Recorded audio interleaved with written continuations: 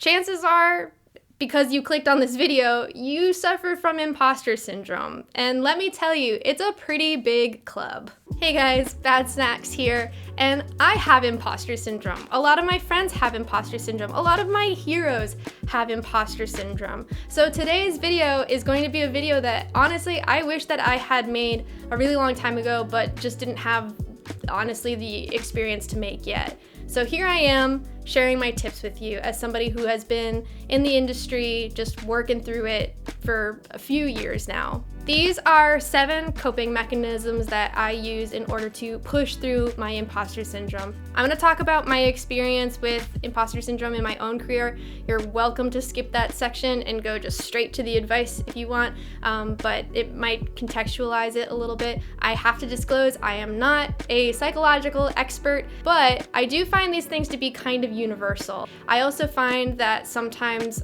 in these moments of vulnerability, these are the kinds of moments that I wish that I had when I was starting out my career, because I felt very isolated in my feelings. So if you resonate with any of this, welcome, and I see you.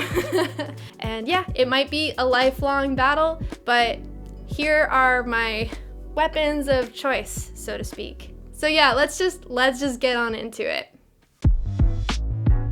So let's talk about it. What is imposter syndrome? Persistent inability to believe that one's success is deserved or has been legitimately achieved as a result of one's own efforts or skills. You can also look at this list and see if you identify with any of these. This came from actually a Splice blog that I found because I was specifically looking for tips on imposter syndrome, specifically within the realm of the music industry, just to kind of, start ideating and seeing how many of my coping mechanisms aligned with theirs.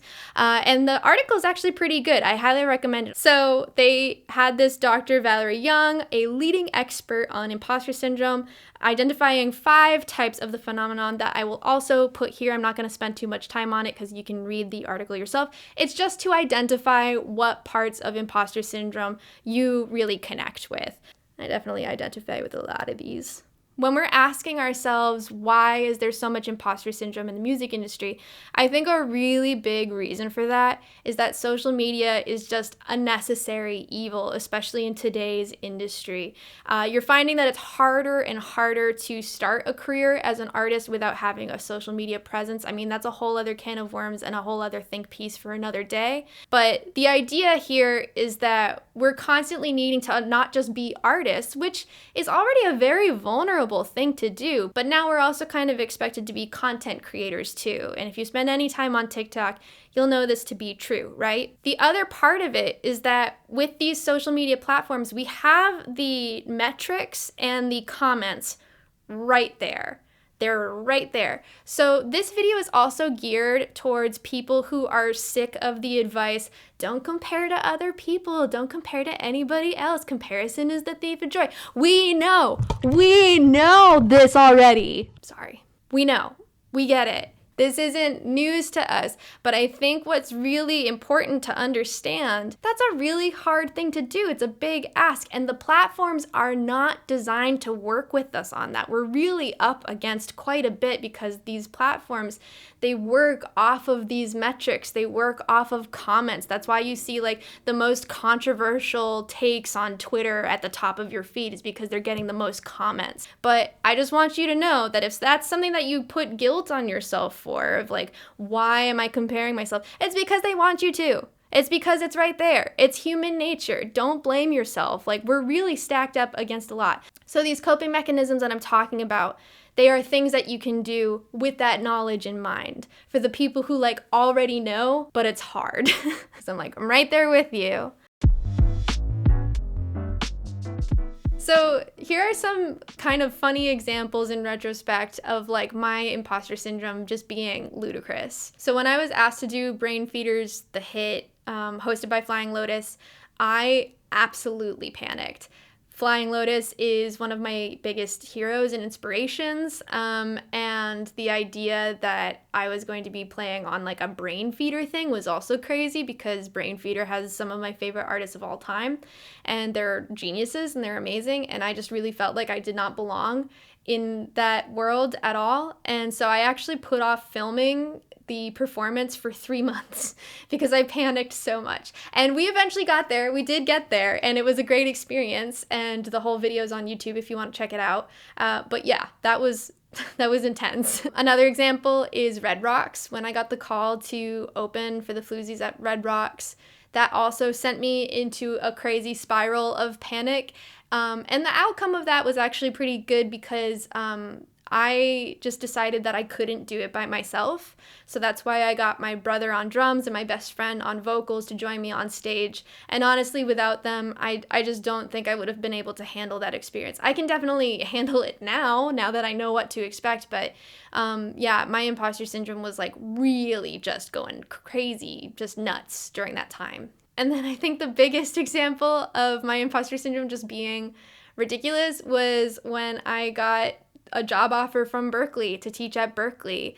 That one really threw me for a loop for a billion reasons, and I panicked for the weeks leading up to those classes. I could barely sleep. I was talking my partner's ears off every single day. It was rough. It was definitely rough, and it ended up being a wonderful experience. But that was very trying. So that's a little background on my experience with imposter syndrome and how it has informed the coping mechanisms that I am now going to share with you. So without further ado, here are the 7 coping mechanisms that I use to fight off imposter syndrome so I can keep getting stuff done and chasing my dreams. Here we go! So number 1, treat yourself like you would treat a friend. And you might have heard this before, but it's really often that we just don't hold space for ourselves the same way that we hold space for our friends. We tend to be really hard on ourselves and just be kind of merciless, but we have so much space, grace, and generosity to offer our friends. So I think sometimes what helps is to just stop and zoom out for a second and ask yourself, if my best friend had the same skill set and got offered this opportunity and was asking me for advice, what would I tell them? I would just be giving pep talks like crazy. And you can literally write these things down. Literally write down, what would I tell my best friend or my student if they were going through the same thing? Just see what happens. Number 2, do first, think later. I do this a lot. It has its pros and cons, but what I mean in this particular circumstance is just make yourself busy. Make yourself so busy that you don't even have the time to stop and compare yourself to somebody else, that you don't even have the time to feel bad for yourself. Just make yourself busy. Create those deadlines, hit those deadlines. Sometimes that's what really helps me. I can nitpick at a song until I hate it, which does happen. But if I have a deadline, I can't think about it. I can't think about how much the song sucks compared to my favorite producer. I just have to get it done. And honestly, it's for the better. That's how I get my stuff done. Is it always the most emotionally gratifying? No. But does it move me forward? And do I feel better about it? Yes, definitely. So number 3 is asking yourself, so what? Oftentimes, imposter syndrome is the result of a fear of failure. And I think what can be really helpful sometimes is actually indulging in that fear a little bit. And this you definitely want to approach with some caution because you definitely don't want to get into toilet brain. I call it toilet brain, where you just double down on yourself a bunch. Don't do it if that's what's happening. But the idea of what if they're right? What's the worst that's going to happen? And especially for the music industry, I think sometimes we forget that a lot of the stuff that we do is so inconsequential. It is so inconsequential. A post flopped. Oh my God, what's the worst that's going to happen? And believe me, when you're in it, you're in it. And I'm in it all the time. And I really don't get that perspective very often. So sometimes actually taking a moment to be yeah, so what? So what if this post flopped? So what if this release flopped? So what? Sometimes that can be really liberating. And it reminds me of this exercise that I used to have my students do back when I worked as a violin teacher, which is that my students would come to me and they would be practicing a hard passage for weeks. And I knew that they were putting in the work, but they still weren't able to get through the passage without messing up and getting frustrated. And I would have them do this exercise where I would ask them to play it as loud and as sloppy as possible. And that was really counterintuitive, obviously.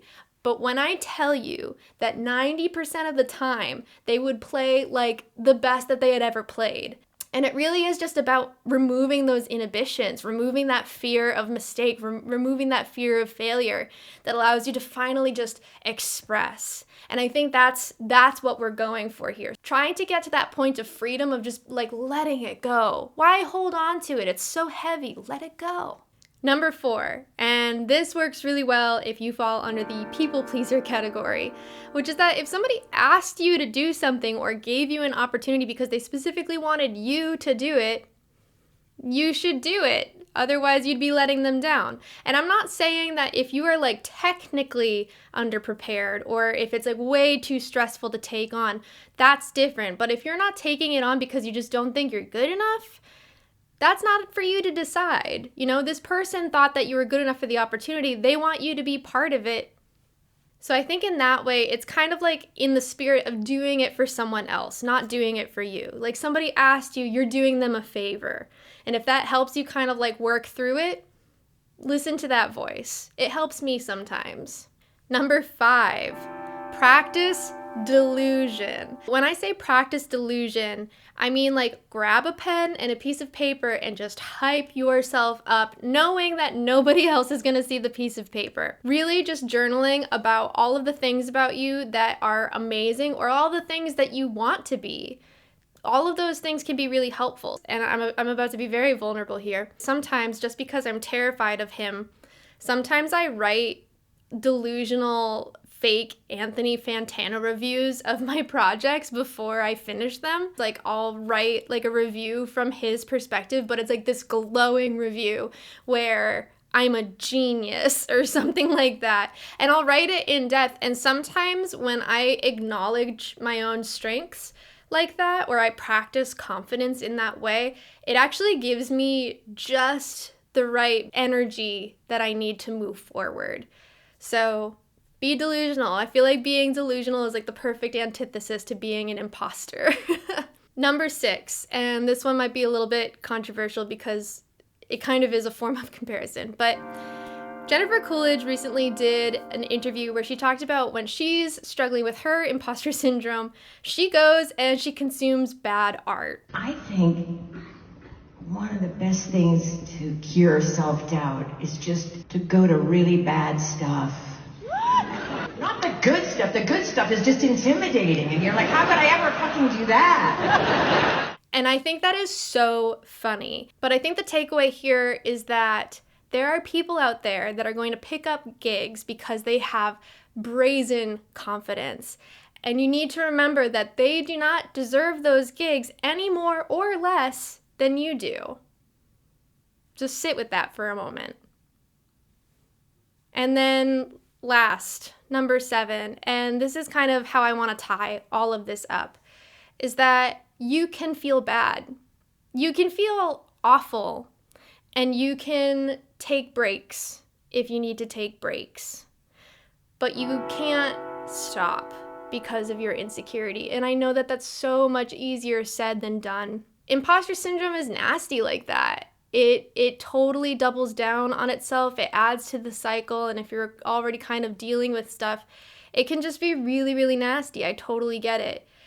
But I think when there is this want to continue to do the things that you love, you have to kind of just push past those things. And that's why I've created this list, because at the end of the day, despite having sometimes debilitating insecurity issues that maybe you might not know because I'm constantly putting myself out there, this is my way of winning. This is really my way of winning. This is my way of saying like, hey, imposter syndrome, you can exist. In fact, sometimes you can be really helpful. Like you are very critical and it helps me catch things that maybe I normally wouldn't. In these ways, it can really help. But it can't get in the way. I'll give myself breaks when I feel myself getting in my own way, but I don't stop. And neither should you. If you really care about what you're doing, you can't get in your way that way. So you can be angry, you can be frustrated, you can be sad, you can be all of these things. You shouldn't stop just because a voice that doesn't even make a sound is telling you that you're not good enough. My voice makes a sound, and I'm telling you, you are good enough. You should keep going if you love it. So those are my 7 tips. Those are my 7 coping mechanisms that I honestly wish that I had had a lot earlier on in my career. And I really hope that they help. If you have any other tips on how you manage these voices, feel free to contribute in the comment section and we can start helping each other out here. But I believe in you. You got this. Snacks out.